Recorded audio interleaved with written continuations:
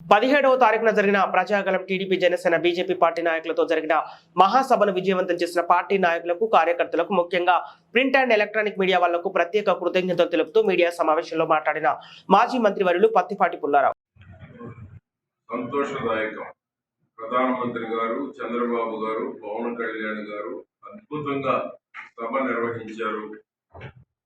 ప్రధానమంత్రి మోడీ గారు పైనుంచి ఏరియాలలో మొత్తం చూసుకుంటూ వచ్చారు.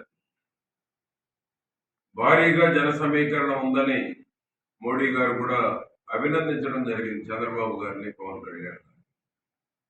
ఈ సభకి ఏంటంటే అద్భుతమైన రీతిలో వచ్చి కవరేజ్ ఇచ్చినటువంటి ప్రింట్ అండ్ ఎలక్ట్రానిక్ మీడియా మిత్రులకు ఫస్ట్ అభినందనలు, కృతజ్ఞతలు.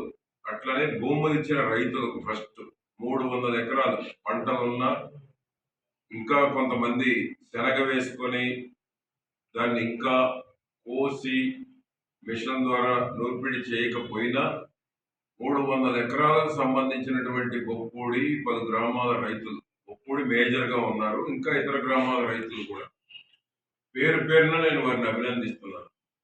ఈ బొప్పూడి సభ ప్రజాగణం సక్సెస్ అవటంలో కీలక పాత్ర రైతుల సహకారం. ఏ ఒక్క రైతు అబ్జెక్షన్ పెట్టలేదు. రైతులతో పాటు పలు గ్రామాలు, చిలకలూరుపేట నియోజకవర్గం అయితే భారీగా వచ్చారు. 1,00,000 మంది వచ్చారా అనిపిస్తుంది ఒక చిలకలూరుపేట. అదేవిధంగా రాష్ట్ర పార్టీ పల్నాడు జిల్లా కావచ్చు, బాపట్ల కావచ్చు, 6 పార్లమెంట్ ఏదైతే నిర్దేశింపబడ్డారో భారీగా జన సమీకరణ కూడా ఎక్కడికక్కడ అంచనాలకు మించి వచ్చారు. లక్షలాది మంది అంచనాలకు మించి. అదేవిధంగా ఏంటంటే ఫస్ట్ మీకు ఒక పాయింట్ నేను నిన్న మోడీ గారికి కూడా చెప్పింది, ప్రధానమంత్రి మోడీ గారితో కూడా నేను మాట్లాడినటువంటిది మీకు గుర్తు చేస్తాను.